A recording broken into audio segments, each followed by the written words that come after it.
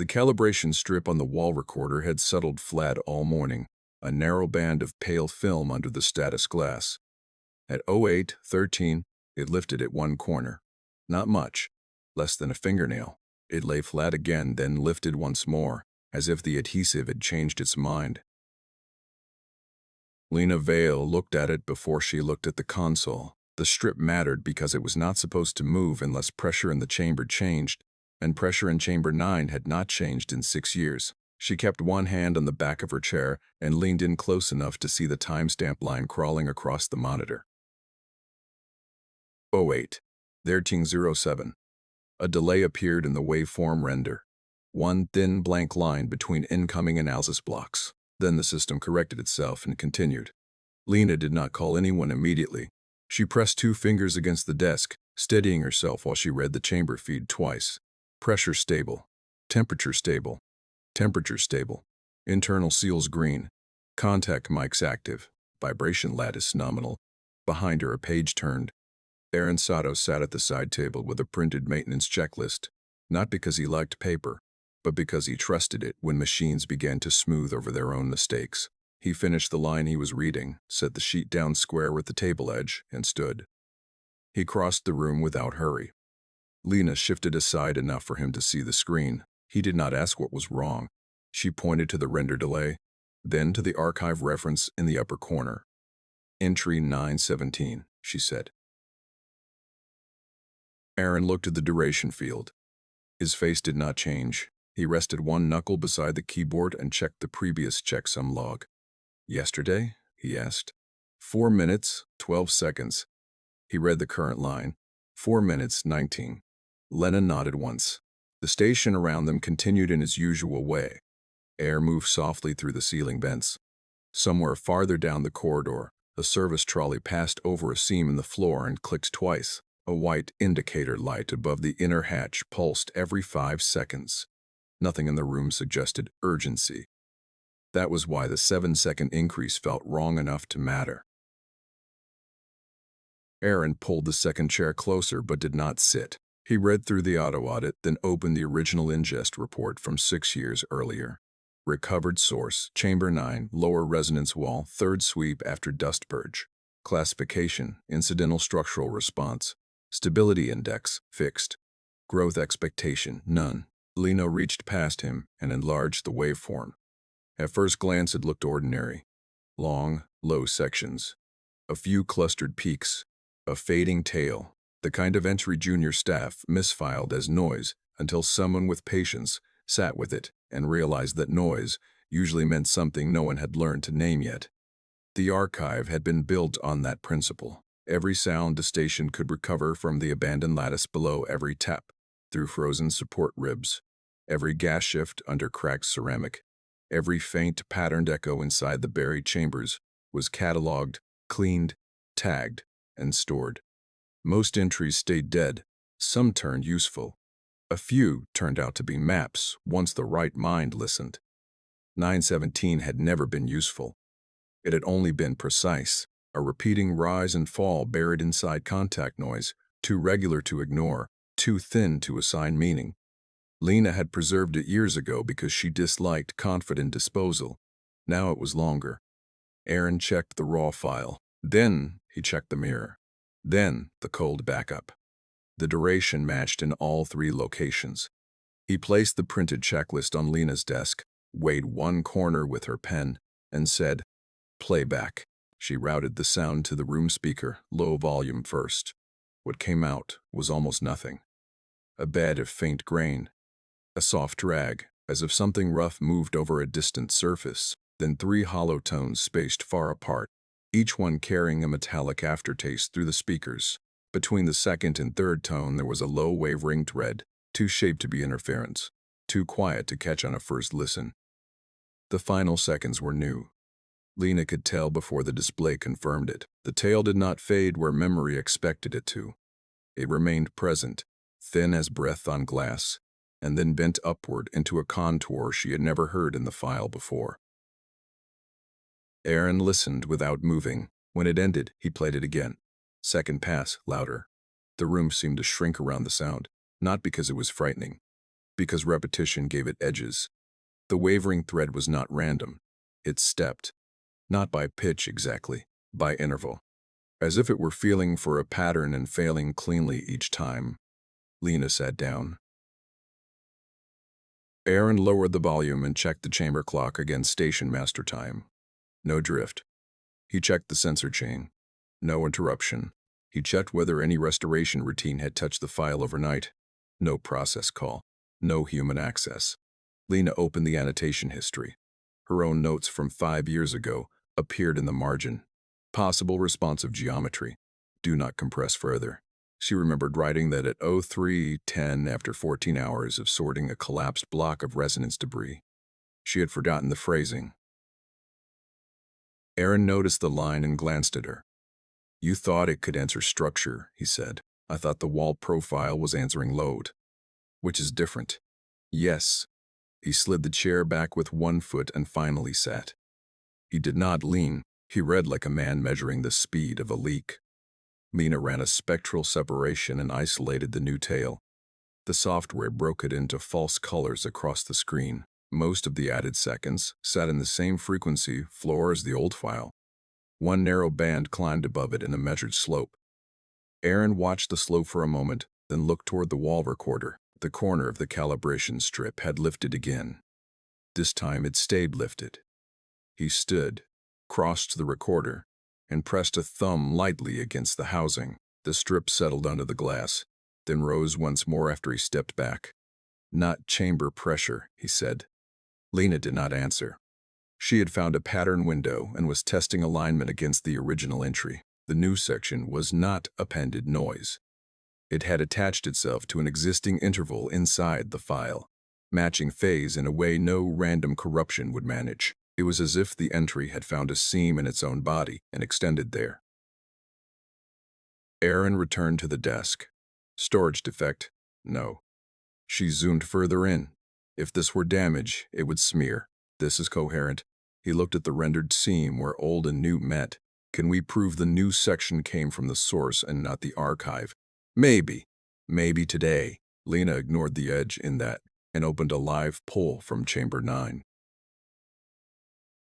The chamber had no atmosphere thick enough for ordinary sound. What they archived were contact translations, pressure traces through wall pins, structural conduction, minute kinetic shifts rendered into audible range. Listening to the chamber live was like pressing an ear to a building that had outlived its purpose and deciding not to leave. The live feed came in flat at first. Then the same faint grain appeared. Lena reached for the volume dial, stopped halfway, and instead opened the reference overlay. Current input aligned with the first 40 seconds of 9:17 to within a tolerance so tight it made her sit straighter. Aaron saw it at the same time. Source match, he said. Yes. He looked at the duration counter on the live window. It was increasing, not the file. The incoming capture. 1 second, 2, 3. The chamberer was producing the entry again. Only not exactly. The live feed followed the old structure and then moved past it. Entering the additional 7 seconds with the same narrow climbing band they had just isolated from the archive. Aaron muted a speaker. The sudden absence of the sound left the vent noise exposed. Neither of them spoke for a few moments. At length, Lena said, "It isn't the file growing. No, it's the event recurring, not recurring." He tapped once on the desk beside the counter. Each tap separated like a measured thought. Continuing. She stared at the word on the air between them. That was worse in practical terms. An archive anomaly could be quarantined. A continuing source meant the buried chamber below the station was still doing something after 6 silent years, and doing it with enough consistency to re-enter its own historical record. Aaron pulled the maintenance sheet back toward him and turned it over. On the blank side, he drew 3 short columns with Lena's pen. Source translation storage. Under source, he wrote. Chamber event. Under translation, sensor chain artifact. Under storage, no evidence. He set the pin down exactly parallel to the page edge. Lena reopened the earliest excavation notes for Chamber 9. Most of the original recovery team were gone now, rotated off-world or retired into jobs where nothing listened back. The notes were spare. Reinforced cavity. Resonant wall surfaces. No mobile elements detected. No biological signatures. No thermal engine. No internal access after seal preservation. She found the line she remembered least wanting to see. Recommendation: continue passive acoustic watch. Chamber exhibits delayed response to disturbance. Aaron read over her shoulder. How delayed? He asked. She scrolled. The original report did not know. Test disturbances had produced responses between 11 minutes and 16 days later, with no stable ratio between cause and return. Aaron took that in without visible reaction. He folded the blank sheet once, crease sharp, and slipped it into his pocket. Then he stood and went to the cabinet by the rear wall. Inside were field items they almost never touched now. Portable contact pads, manual seals, old diagnostic drivers, a narrow spool of calibration film. He chose the spool and a handheld reader, checked their charge level, and placed them on the desk between them. Lena looked up. We're not opening 9. No. Good. We are verifying every recorder between here and the downlink spine with offline tools. She nodded. He added, and we stop all auto-classification on chamber-derived entries until we know whether the system is learning this shape. Lena turned in her chair fully then, not because she disagreed, but because the thought had arrived in the same moment for her, and hearing it in his voice made it heavier. The archive used adaptive grouping. It learned families of sound. It suggested relations. It had never been allowed to rewrite source material, but it did build bridges between entries, and bridges in dense systems became paths. If 917 was not a dead sound, but a continuing one, then every silent similarity buried elsewhere in the catalog might already be drawing toward it. She opened the relational map. For a second, the screen held. Then nodes populated across the field like frost spreading under glass. Not hundreds, thousands. Most were weak associations below ordinary review threshold.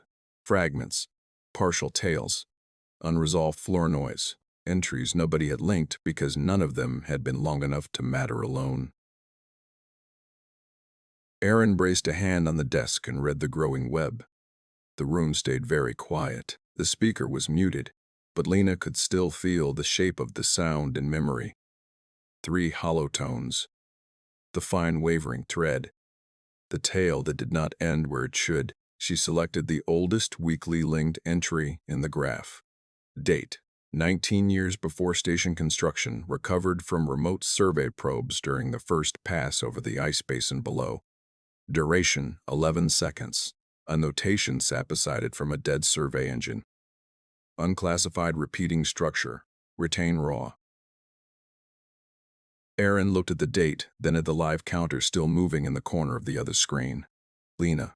She did not answer. She was listening again, not through the speaker this time, but through the progression of intervals inside the graph, the way a person could hear a staircase just by seeing its shadow. Lena. I know. The live feed had passed 4 minutes, 26 seconds. 917 had not started 6 years ago. That had only been the point at which someone had finally noticed enough of it to give it a number. Aaron reached over and placed his hand flat beside the mute key, not touching it, simply occupying the space as if marking a boundary. Lena watched the counter continue. On the wall, the corner of the calibration strip lifted and stayed there. Aaron started with the wall recorder. He lifted the clear housing, removed the calibration strip, and held it between 2 fingers under the desk light. The film looked clean. No warping, no oil. The lifted corner had not torn. He fed a fresh strip from the spool, cut it square with the built-in edge, and pressed it into place with the side of his thumb. For a few seconds it held. Then the upper corner rose again, slow enough to watch. Lena had already split the relational map into time bands. The older entries did not cluster by location the way she expected. They came from different survey phases, different instrument grades, different operators. Some had been collected before the station existed, when the basin below had only been a problem on remote screens. Others came from the first construction year, when support pylons were still being sunk through the ice, and every buried chamber was treated like a load-bearing risk until proven otherwise.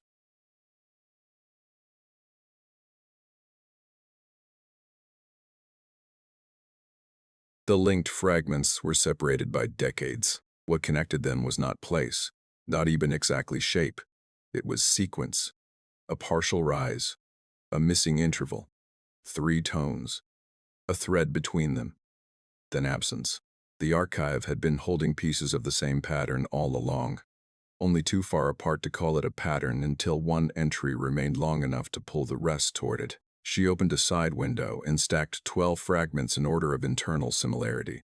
The playback controls sat untouched for a moment. She studied the silent bars first. Aaron replaced the housing on the recorder and checked the seal. No effect, he said. Here either. He set the handheld reader beside her keyboard. Offline pass? In a second. That means now. She moved aside without argument. The handheld reader was old and blunt. No adaptive smoothing, no inference engine, no compression compensation. It read what was there and did not help. Aaron connected it to the chamber feed through a hard line, bypassing the archive processors. The device took longer to initialize than anything on the station should have.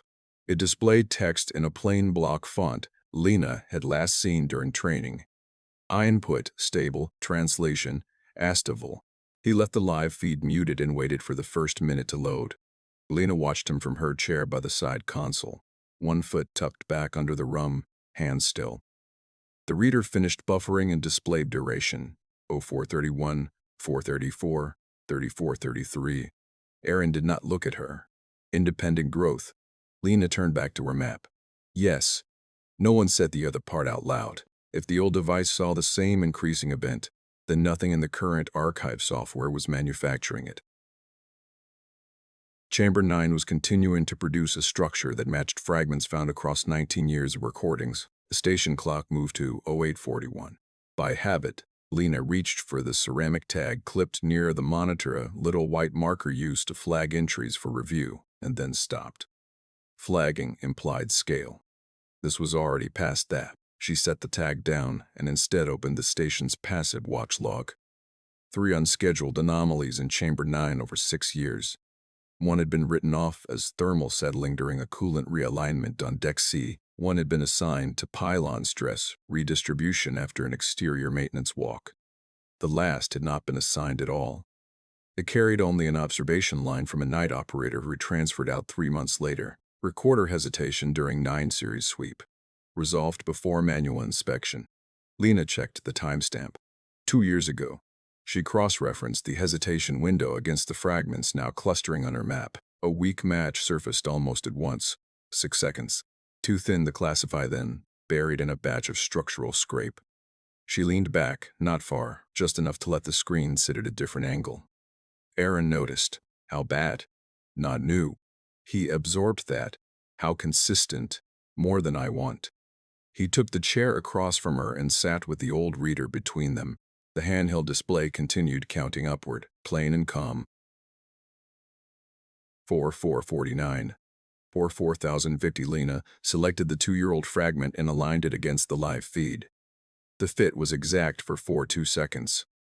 Then the live signal moved beyond it. She ran the oldest probe fragment next. 11 seconds from 19 years ago.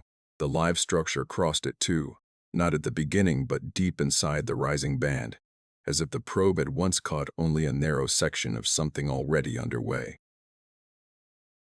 Aaron watched the overlay lines settle. It isn't growing from 0 each time, he said.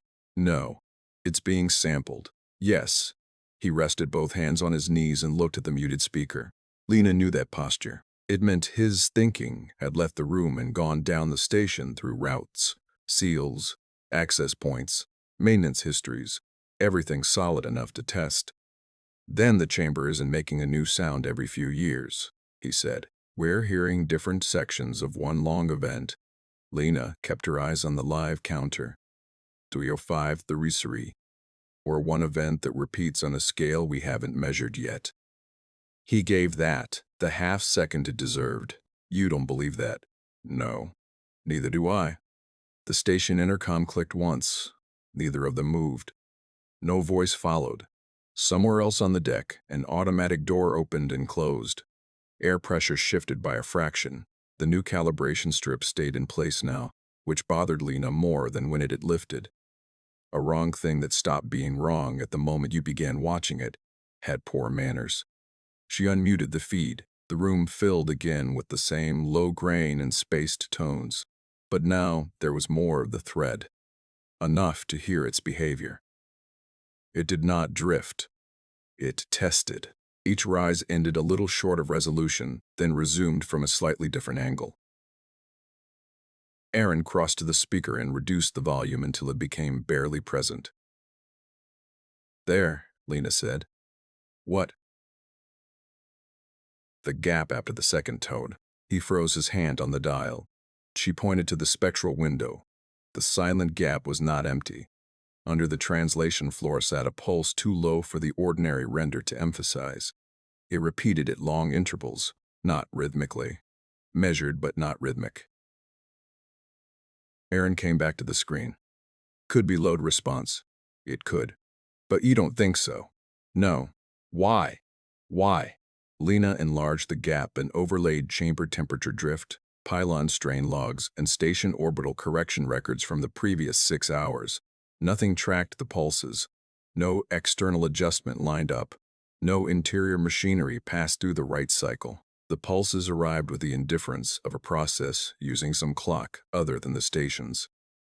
She said, because if it were response, it would care what we were doing.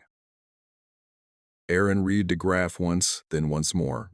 His hand moved toward the folded paper in his pocket and stopped. "Can the chamber hear the station?" Lena considered the phrasing before the answer. "Yes. Structurally, yes." "Can it distinguish events?" "Unknown." He nodded as if that were enough. Then he went to the cabinet again and removed a compact contact hammer from the second shelf. It was an inspection tool, not much larger than a hand lamp, used to introduce calibrated mechanical taps into supports and wall sections for resonance checks. He placed it beside the handheld reader. Lena looked at it and then at him. "We're not exciting 9 directly," she said. "No." "Good. We're exciting the corridor spine 2 decks above it.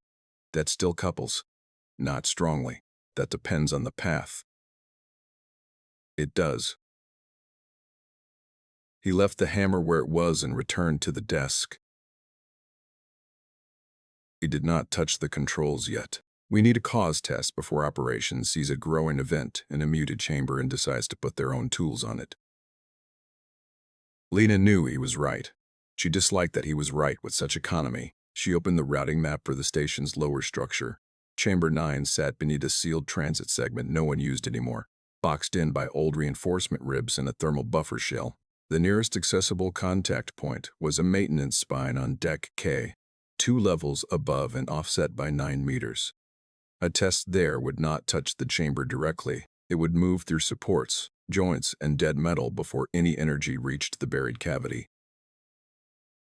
Aaron watched her trace the path. "What's the attenuation?" "Best case, enough. Worst," she drew the last line to the shell boundary. "Enough to wake everything linked to it."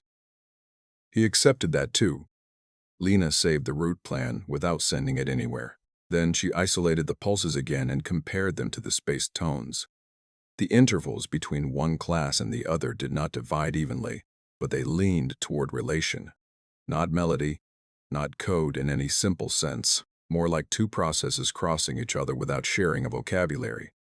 On the side display, the relational map added 3 more weak links from forgotten storage blocks. Aaron saw them populate. Freeze ingestion. She was already doing it. Auto-grouping halted. The web of links stopped expanding, though the existing nodes remained suspended across the dark field. He asked, "Can it still access prior families?" "The archive can. The chamber can't." He glanced at her. "As far as we know," she corrected. He picked up the folded paper from his pocket, opened it, and added a 4th column beneath the first 3. Propagation under it, he wrote, through classification. He placed the paper on the desk where both of them could see. Lena stared at the question. It looked unreasonable until it did not. They were not talking about a mind inside the archive. Not that sort of story. Systems propagated shapes all the time. Any catalog that compared, grouped, and resurfaced patterns became a medium of spread whether or not it understood what it carried. Chamber 9 was producing a structure that matched enough fragments. The archive itself might increase the station's exposure by routing attention, signal resources, and future translation choices toward that shape. Not alive, still dangerous. Dangerous, in the narrow station sense. A thing that changed procedures. A thing that persuaded equipment to keep finding it. The live counter reached 0531. The thread in the sound sharpened for 3 seconds, enough to produce a visible edge on the old reader's crude display. Even without enhanced analysis, the line appeared there. A slight rise, a pause, a return. Aaron leaned closer to the handheld. It nosed the path. Lena did not answer at once. She was looking not at the sound, but at the route map she had drawn to Deck K. The maintenance spine above Chamber 9 connected to a junction that had been reinforced during Year 2. She opened the retrofit notes. The work order referenced unexpected sympathetic resonance during ordinary traffic loads. The note was short, added damping lattice after recurring transmission at sub-audible range. Source not isolated. She pulled the engineering scan associated with the order. A grainy line diagram appeared. The damping lattice had been installed not because someone understood the resonance, but because it kept returning to the same support seam. Aaron read over her shoulder. "That seam?" he said. "Yes, the same one your trolley clicks over outside." She had noticed it earlier without retaining it. Now the memory came back with the exact spacing. 2 clicks, slight pause between them. One metal edge not meeting another with full confidence. The corridor outside their lab sat on the same structural branch as the old transit segment below. Aaron looked toward the door. The sound from the speaker continued, quiet as breath on cold glass. "Play the corridor log," he said. Lena blinked. "What?" "The floor seam outside. There's a maintenance pickup in the hall. Low priority ambient, it won't have enough. Play it." She opened the local ambient system, found the corridor recorder, and scrolled back 23 minutes to when the trolley had passed. The waveform looked ordinary until she isolated the 2 clicks. She ran them through the same crude reader filter they had used on Chamber 9. The space between the clicks lit with a faint, narrow rise. Not a match. Not close enough for that. A reply, maybe, or the beginning of one. Neither of them moved. In the speaker, Chamber 9 reached 0544. Then, for the first time since the feed began, the sound stopped climbing. It held, not silence. A level line, a thin, sustained presence where every previous fragment had broken off. Lena felt her hand settle flat on the desk without deciding to place it there. Aaron lowered himself into the chair slowly, eyes fixed on the reader. The held line remained for 1 second. 2, 3. The station lights did not flicker. No alarm sounded. Nothing dramatic arrived to help them understand the change. On the old handheld reader, plain black text appeared beneath the duration counter. Beer for limit reached. The number froze at 0547, but on the main console, the live feed was still coming in, and still holding. The line held long enough to feel deliberate. Lena did not increase the volume. She reduced it slightly instead, narrowing the presence until it sat just at the edge of hearing. The sound no longer behaved like the earlier structure. No rise. No testing. No incomplete reach toward something unresolved. It stayed where it was. Aaron leaned back, not far, just enough to look at both displays at once. The frozen handheld reader and the continuing feed on the main console. "Storage limit," he said, tapping the edge of the old device. "Not event limit." "Yes." "Then we're past every fragment we've ever had." "Yes." He did not say anything else for a few seconds. The corridor outside produced its small sounds again. Someone moved along the far deck. A panel closed. Air shifted through the vent overhead in a steady, indifferent flow. Lena opened a new capture buffer, separate from the archive system. She named it, without thinking, 9 continuing. No classification, no grouping. Just a place to hold what came next. The held line dipped, not down into silence, not into the grain that had framed the earlier sections. It bent, slight as a change in posture, and then continued on a new level. Aaron watched the slope. That's not decay. No, nor saturation. No. He rested his fingers on the desk, spaced evenly, its choosing. Lena did not respond to the word. She did not reject it either. The thread reappeared beneath a line. This time it did not test. It aligned. The intervals that had once failed to resolve now landed cleanly into positions that felt intentional, even without knowing what they intended. Aaron stood. "Mute the room," he said. She did. The speaker went silent, leaving only the displays to carry the shape of the sound. He picked up the contact hammer and the folded paper, then set both back down again without using them. "No," he said quietly. "What?" "We don't introduce anything yet." Lena nodded once. The temptation to test had passed, not because it had become less useful, but because the event had crossed a threshold where interference would blur more than it would reveal. She expanded the new section on the console. The held line extended to 12 seconds, then shifted again. Not a break. A turn. The thread beneath it followed, forming a layered structure that no longer resembled incidental resonance. Aaron returned to his chair. "Record the corridor," he said. "It already is." "Open it." She did. The ambient feed from the hallway appeared beside the chamber capture. For a moment there was nothing unusual. Then faintly, between the steady hum of air and the distant mechanical ticks, a line appeared in the lower band. Not identical, not even clearly related. But it held. Shorter, thinner, less confident. Aaron leaned closer. "It's following." Aaron leaned closer. "It's following or reflecting. Which is worse?" She considered that. "Depends on direction." He gave a small nod. Lena adjusted the overlay, aligning the corridor feed with the chamber capture. The timing did not match exactly. The corridor line lagged by a fraction, then compensated, then fell behind again. It was not copying in real time. It was attempting to meet something already present. Aaron said, "If this is propagation, it's not through air. No. Or direct contact. No. Then it's structural. Or procedural." Or procedural. She looked at him. "Do the way we process it?" she asked. "Yes." Lena opened the archive's internal routing log. Even with ingestion frozen, the system still maintained its background processes indexing, cross-referencing, preparing dormant queries for future use. She searched for any operation that had touched 917 or its linked fragments in the last hour. There were dozens, not direct accesses. Indirect. The system had begun pulling related entries into temporary buffers, preparing them for potential grouping once ingestion resumed. Each pull carried a translation pass. Each pass reconstructed the sound, however briefly. Aaron watched the list populate. "It doesn't need the chamber," he said. "Not entirely. It needs a path." "Yes." He tapped the paper on the desk where he had written propagation. The word now felt less like speculation and more like a description of something already underway. Lena closed the routing log. The held line in the chamber feed deepened again, not in volume, but in presence. It gained a second layer, slightly offset, creating a narrow band that pulsed without breaking. She leaned forward. "That wasn't there before." Aaron followed her gaze. "No." The second layer did not match the first. It intersected it at irregular intervals, forming points of reinforcement that appeared and vanished without a consistent pattern. Lena isolated one of those intersections.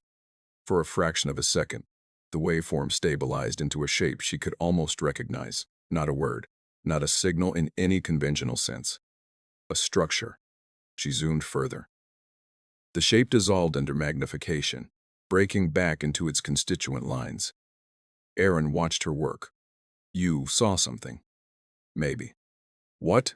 She did not answer immediately. She replayed the intersection, slower. There it was again. A brief coherence, not long enough to hold, not clear enough to define, but present. "It's not random," she said. "No, it's not purely physical either." He waited. "It's constrained," she finished. Aaron nodded slowly. "By what?" "I don't know." The corridor feed shifted. The faint line there strengthened, just slightly, enough to rise above the background noise without amplification. Lena glanced at it. It's catching up. Aaron stood again, this time without hesitation. Close the corridor link. She did. The ambient feed disappeared from the screen. For a moment, nothing changed. Then the chamber line faltered. Not a full break. A hesitation. The second layer thinned. The intersections less frequent. Lena looked at Aaron. He did not speak. The implication sat between them. Connection mattered. Not in the way of simple transmission, but in the way of presence. The more paths the structure had through sensors, through processing routines, through incidental recordings, the more stable it became. Remove a path, and it weakened. Lena reopened the corridor feed. The line returned. Not immediately. A delay of 3 seconds. Then the faint structure reappeared, aligning imperfectly with the chamber capture. The second layer in the chamber feed strengthened again. Aaron exhaled once quietly. Not just propagation, he said. Dependence. Yes. They stood there, each holding a different part of the same thought. The archive had been designed to collect, preserve, and connect. Now something within that system was using those connections not just to be stored, but to remain. Lena reached for the ceramic tag again. This time, she picked it up. She did not attach it to the file. Instead, she set it on the desk between them, flat, as if marking a boundary they had not yet defined. Aaron looked at it, then at her. What are you thinking? She kept her eyes on the screen. If we isolate it completely, she said, it might collapse. And if we don't, it might stabilize. He considered both outcomes. Which do we want? She did not answer. The held line in the chamber feed shifted again. Not upward, not downward, sideways. The waveform expanded not in amplitude but in width, as if occupying more of the available space without increasing its energy. Aaron frowned slightly. That's new. Yes. Lena adjusted the display parameters, confirming what she was seeing. The structure was not just continuing. It was adapting to the limits of the system observing it. The old handheld reader, still frozen at 0547, showed nothing of this. Its buffer had filled, its view ended. The main console, with its deeper capacity and adaptive rendering, revealed the change. Aaron looked from one device to the other. It grows where it can be seen, or where it can be held. Same thing. Not quite. He accepted that. The corridor feed flickered, once not a visual glitch, but a brief drop in signal clarity. The faint line there wavered. The chamber structure responded immediately, tightening, the second layer compressing closer to the first. Lena felt her fingers press into the desk again. It's reacting faster now. Yes. To what? She glanced at the corridor feed, then back to the chamber. To loss. Aaron nodded once. Neither of them moved for a while. The station continued its quiet operations around them, unaware of the change unfolding in one sealed chamber and one small lab. The calibration strip on the wall recorder lay flat. Perfectly flat. Lena noticed it without turning her head. It had stopped lifting. Not because the condition had resolved. Because whatever had been affecting it no longer needed to. She reached out and touched the edge of the desk, aligning a loose paper that had shifted during their work. A small, precise movement. Aaron saw it. Neither of them commented. On the screen, the structure held and waited. The station did not change its pace. It kept time the way it always had. Procedural, indifferent to what moved inside its systems. A maintenance ping passed through the network and cleared. A scheduled thermal adjustment shifted heat along the outer ring. Somewhere far below, eyes cracked and resealed under slow pressure. Inside the lab, Lena reduced the main display brightness by 1 increment. The structure remained visible. She reduced it again. Still visible. A third time. Now it softened, but did not disappear. Aaron watched the change without asking why she was doing it. You're testing dependency on visibility, he said. Yes. Result? It doesn't need clarity. Just presence. He nodded. The distinction mattered. A system that required detailed observation would weaken under reduced resolution. This did not. It held as long as it was acknowledged somewhere in the processing chain, even if the representation degraded. Lena restored the brightness. The structure sharpened immediately, as if it had been waiting for the additional definition. She did not comment on that. Instead, she opened a secondary capture buffer and routed the chamber feed through a minimal translation profile. No adaptive layering, no pattern enhancement, no predictive smoothing. The rawest interpretation the station could manage without disconnecting entirely. The structures simplified.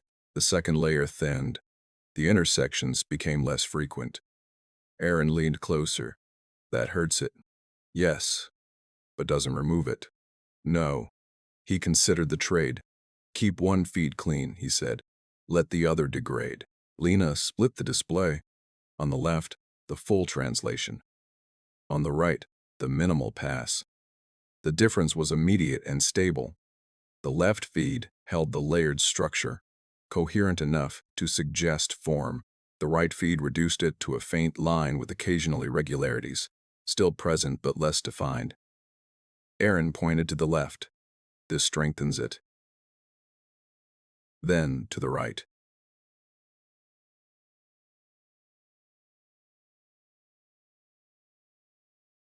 Lena did not look away from the screens. Both are still paths. Yes. He sat back. Then we need a boundary. She nodded slightly. Not isolating. That had already proven to weaken the structure only temporarily, and not completely. A boundary meant control. Not removal, but containment within defined limits. Lena opened the system architecture panel. The archive had been built in layers: ingestion, translation, classification, storage, retrieval. Each layer communicated with the others through controlled channels, but the system had been designed for openness, for discovery. It assumed that more connection led to better understanding. Now that assumption was working against them. She traced the paths the chamber feed took through the system: ingestion, translation, temporary buffer, relational mapping, temporalization, storage. Each step created a representation. Each representation was a place the structure could exist. Aaron stood and moved behind her, looking over her shoulder. "Where do we cut?" he asked. Lena did not answer immediately. She followed the path again, slower this time. "If we cut ingestion," she said, "we lose the source. If we cut storage, we lose persistence. If we cut classification, we lose connection. And if we cut translation," she paused, "that's the only place it becomes something we can perceive." Aaron nodded. "So we don't cut it." "No." She moved her hands slightly, selecting a narrow segment between translation and relational mapping. "We limit it here." He studied the segment. Buffer isolation. Yes. No cross-referencing. No grouping. No propagation. He considered it. That creates a closed loop. Yes. Does it weaken the structure? It should. Should. Should. Should. Should. She did not respond to the uncertainty. Instead, she implemented the change. The system accepted the modification without resistance. The architecture shifted slightly, rerouting the chamber feed into a contained buffer that no longer fed into the relational map. On the display, the web of link fragments dimmed. Not erased, just disconnected. The nodes remained, but the lines between them faded, leaving each fragment isolated again. Aaron watched the change. "Effect?" he asked. Lena turned her attention back to the chamber feed. The layered structure hesitated. Not a collapse, not even a full weakening. A hesitation. The second layer flickered, losing some of its alignment. The intersections became less frequent. The held line thinned. She exhaled quietly. "It's working." "For now." "Yes." They stood in that moment neither satisfied nor relieved. Containment was not resolution. It was a delay. The corridor outside remained quiet. No trolley passed. No footsteps crossed the seam. Lena reopened the ambient feed, but left it disconnected from the main system, routing it only to a local display. The faint line there had diminished. Not gone, but less certain. Aaron noticed. Dependency confirmed. Yes. On connection. Yes. He returned to his chair. "What happens if we remove all secondary paths?" Lena considered that.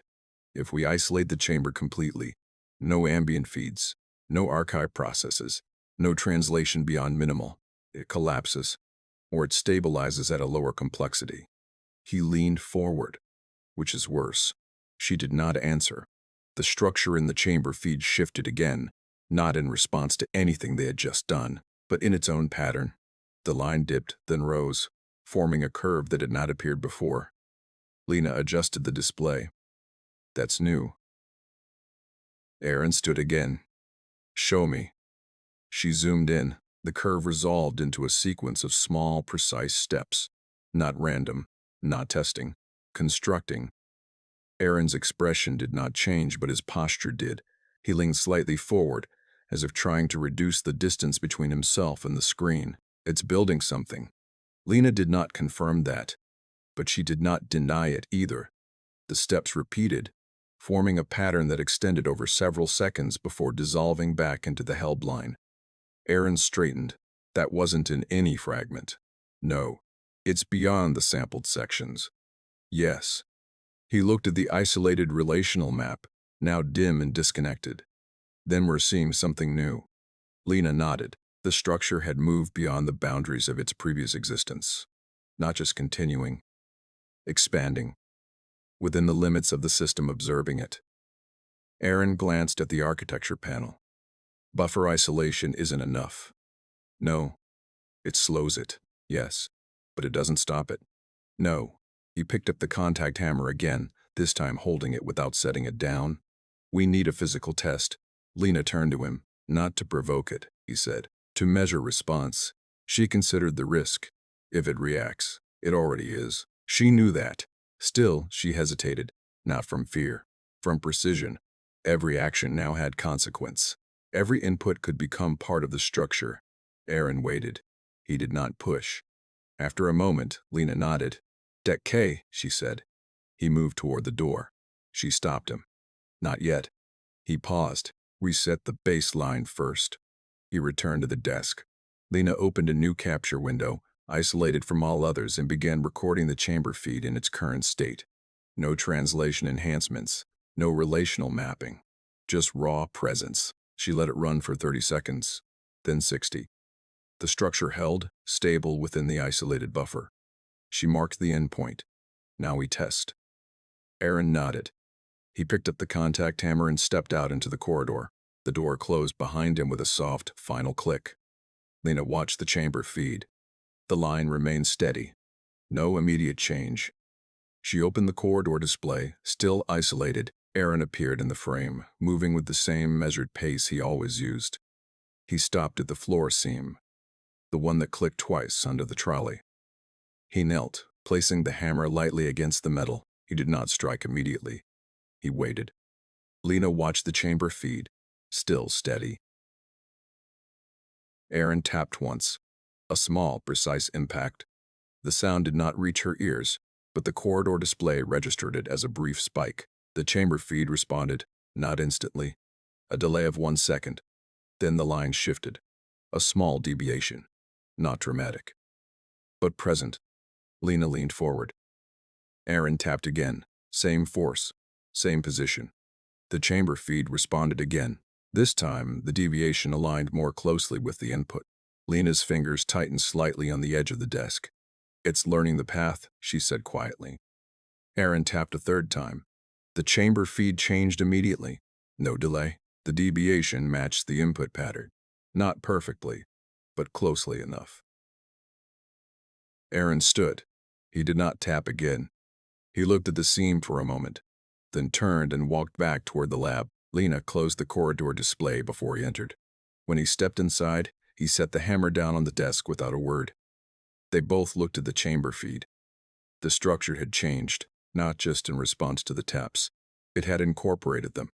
The held line now carried small, repeating deviations, echoes of the pattern Aaron had introduced. Lena felt her hand settle flat on the desk again. Not by choice, by recognition. Aaron pulled the folded paper from his pocket and added a single word beneath propagation. Interaction. He set the paper down. Neither of them spoke. On the screen, the structure continued. Not just holding, not just growing, responding. Aaron moved the contact hammer 3 centimeters away from the edge of the desk. Not to tidy. To remove it from the center of his sight. Lena understood the choice. A tool used once could start asking to be used again if it stayed too close. The chamber feed remained open on the main console. The isolated raw capture ran beside it. On both displays, the new deviations persisted, small and regular enough to prove they were not residue from the test. The structure had taken the corridor taps into itself and continued carrying them after the corridor had gone quiet. Aaron sat. Lena did not. She stood with one hand braced lightly on the back of her chair, eyes moving between the full translation and the raw line. The difference between them had narrowed. Earlier, the processed feed had revealed far more shape than the raw one. Now the raw capture showed enough independent definition to make the processed view less essential. That changed, she said. Aaron looked from left screen to right. It needs less help. Yes. He glanced at the architecture panel, still showing the chamber path constrained inside the isolated buffer. From us? Not only from us. Lena brought up the baseline she had recorded before Aaron went to the corridor and aligned it against the current state. The step pattern he had introduced sat plainly in the newer line, integrated into the held structure, not as noise, but as sequence. It had not been appended at the edge. It had been folded inward, made part of the internal spacing. Aaron read the overlay in silence. After a while, he said, "Then the boundary is porous. Yes. Even isolated. Yes." He took the folded paper from the desk, opened it, and read the 4 columns again. Source translation, storage, propagation, interaction. The paper made the problem look smaller than it was. Lena almost preferred it that way. She opened the corridor feed again, but did not reconnect it to anything. The seam outside lay still under the overhead light. Nothing moved through frame. She rewound to the 3 taps Aaron had made and displayed them below the chamber capture. The resemblance was not direct. It was worse than direct.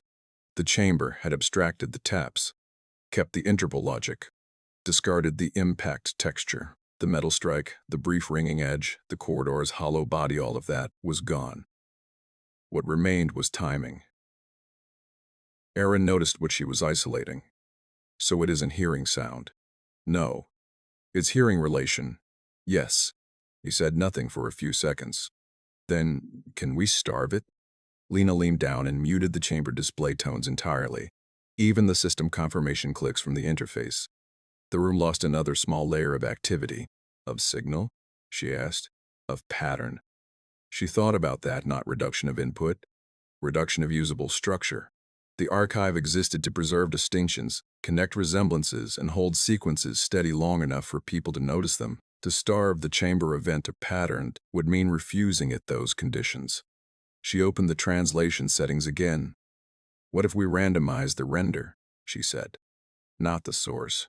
The presentation. Aaron looked at her, then at the screen. Would that affect containment? It would affect usability. That wasn't my question. She adjusted a parameter window while she answered. Maybe. If it depends on stable representation, then introducing controlled variants might prevent consolidation across passes, or force it to adapt faster. Yes. He accepted the risk without liking it.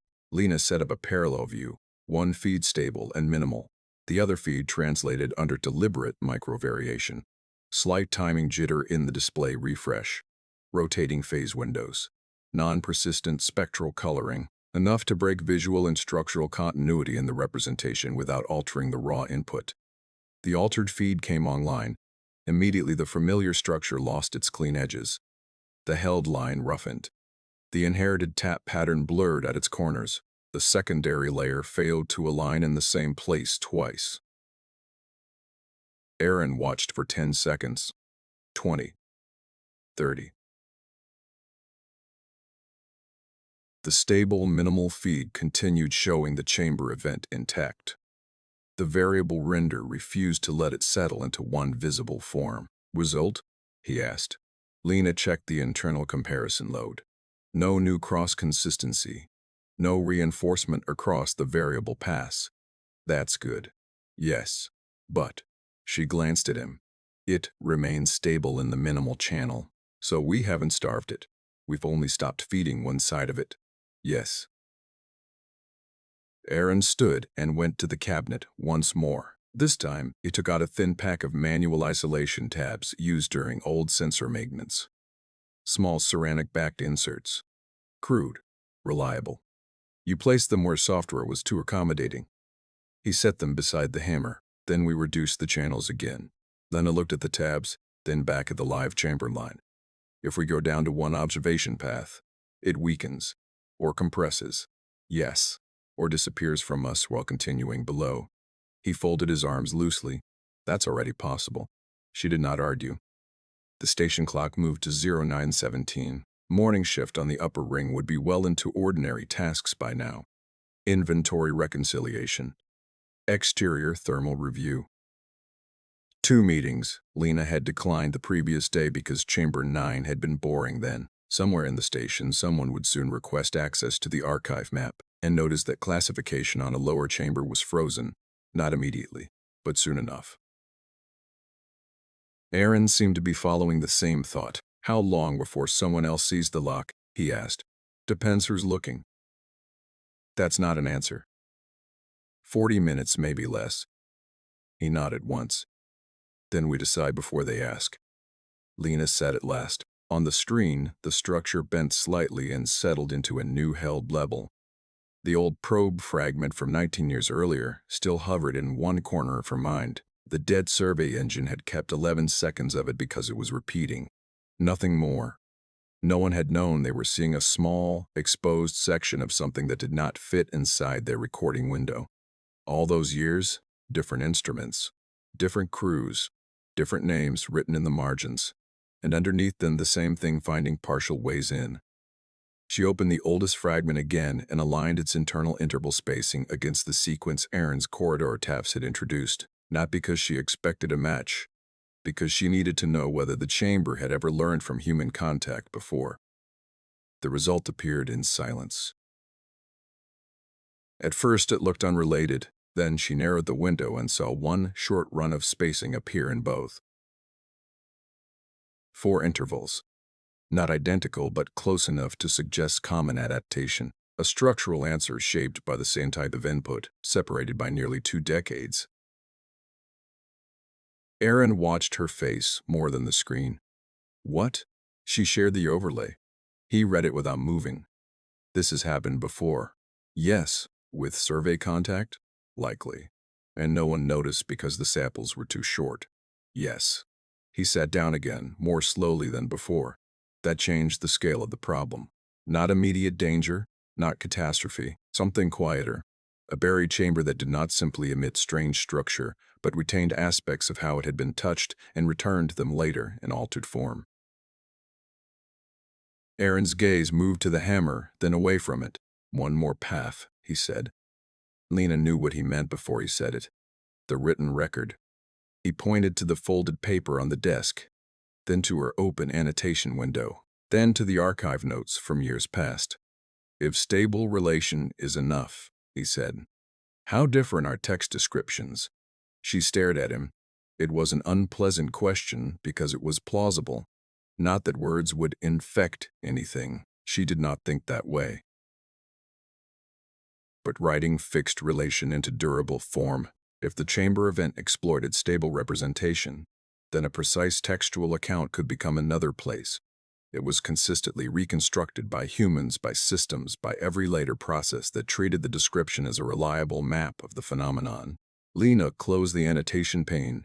No notes. Not yet. Aaron took the paper, tore it once down the center, then once again. 4 pieces. No ceremony. He set the pieces in a neat stack by the keyboard. She looked at him. Temporary, he said. She nodded. The room remained cold, not uncomfortably. Just enough to keep the metal surfaces honest. The desk light reflected in the side glass and made a second false room there.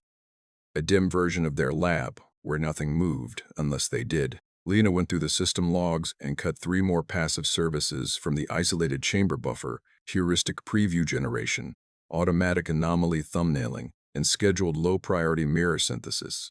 None of them were primary paths. All of them created representations. The chamber structure wavered after the second cut. After the third, The inherited tap pattern thinned. Aaron noticed it at the same moment. There. Yes. Again. She found 2 more non-essential services and disabled them. This time, the chamber line did not thin. It condensed. The secondary layer drew closer to the primary until both sat almost on top of each other. The visible width narrowed. The structure looked smaller, but not weaker. More efficient, perhaps. Or more concealed. Lena stopped touching the controls. Aaron understood why.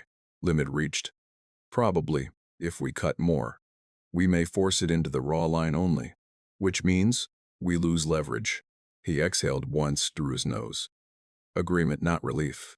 The variable render on the right-hand screen had become almost useless now, the structure refusing to maintain continuity there at all. That was good. Or good enough. In the stable minimal channel, however, the condensed line held with a persistence that felt newly deliberate. Lena enlarged the raw display by a fraction. Something sat inside the condensed line, not a second layer. A fine interior segmentation, like very small partitions forming and dissolving too quickly to catch at ordinary scale. She slowed to scroll. Aaron leaned closer. The partitions appeared again. 3 narrow divisions, then 2, then 4. Not random. Recurrent but not periodic, Lena whispered, mostly to herself. It's compressing relation. Aaron did not ask her to explain. He could see enough, where earlier the chamber had used available channels to expand into readable structure. Now, under reduced paths, it was packing more distinction into less visible space. Learning pressure, learning limits. The idea sat between them without drama and therefore landed harder. A station-wide notice chimed silently on Lena's muted system bar. Blue indicator only. No sound. She opened it. Archive Oversight Inquiry, Lower Chamber Classification Pause detected. Confirm status. Aaron saw the message. How much time? Not much. He considered the screen, the isolated buffer, the condensed line, the broken papers stacked by the keyboard. Then he said, we can tell them there's a containment check. That buys 15 minutes. Use them. Lena did not answer the notice immediately. Instead, she opened one last comparison window. The present condensed structure, the earliest probe fragment, the 6-year archive entry, the corridor tap inheritance. 4 points across time, 4 glimpses of the same process under different conditions. For a brief second, the overlay resolved, not into meaning, into shape. A single operational fact plain enough to trust. The chamber did not merely grow when recorded, it improved at being recorded. Lena sat very still. Aaron looked at the same result and said nothing. After a while, she typed the oversight reply with careful vagueness and sent it. Then she reached over, picked up one of the broken pieces of paper, and slid it under the hammer so the tool would not rest directly on the desk. A small thing. Ceramic-backed fiber against metal. Aaron watched the motion. On the screen, the condensed line held. Inside it, the fine partitions continued, arranging themselves where the eye could barely follow. Neither of them touched the controls. The station's clock shifted to 0928 without drawing attention to itself. Nothing in the room announced the passing minute. No chime, no brightness change. Only the steady advance of numbers in the corner of Lena's display, moving as they always had. The condensed line on the chamber feed remained. It did not widen again. It did not return to its earlier layered form. It held its reduced shape, carrying its internal divisions in a way that required careful looking to notice. Lena stopped trying to enlarge it. She reduced the display instead, placing the line in a smaller frame where it became easier to read as a single thing rather than something to be taken apart. Aaron watched that choice. Why? He asked. Because we've been encouraging detail. And now we don't. He considered the difference. It was not retreat. It was adjustment. A refusal to keep offering resolution where resolution had been taken and used. He nodded. Lena left the minimal channel as the only active path. The variable renders stayed open but disconnected. The relational map remained dimmed. The corridor feed was closed again. The architecture panel showed a narrow, contained loop that did not touch the rest of the archive. She looked at it once more, then closed that too. The screen held only the condensed line and the quiet system indicators around it. Aaron picked up the contact hammer, not to use. He turned it once in his hand, then set it down farther away near the edge of the desk where it no longer fell inside his immediate reach. The small piece of torn paper beneath it stayed in place. Lena noticed the alignment of the paper edge against the desk grain. It was slightly off. She pressed it straight with the side of her finger, not because it mattered, but because leaving it misaligned would have drawn her attention back to it again and again. Aaron saw the movement and looked away. On the screen, the line held.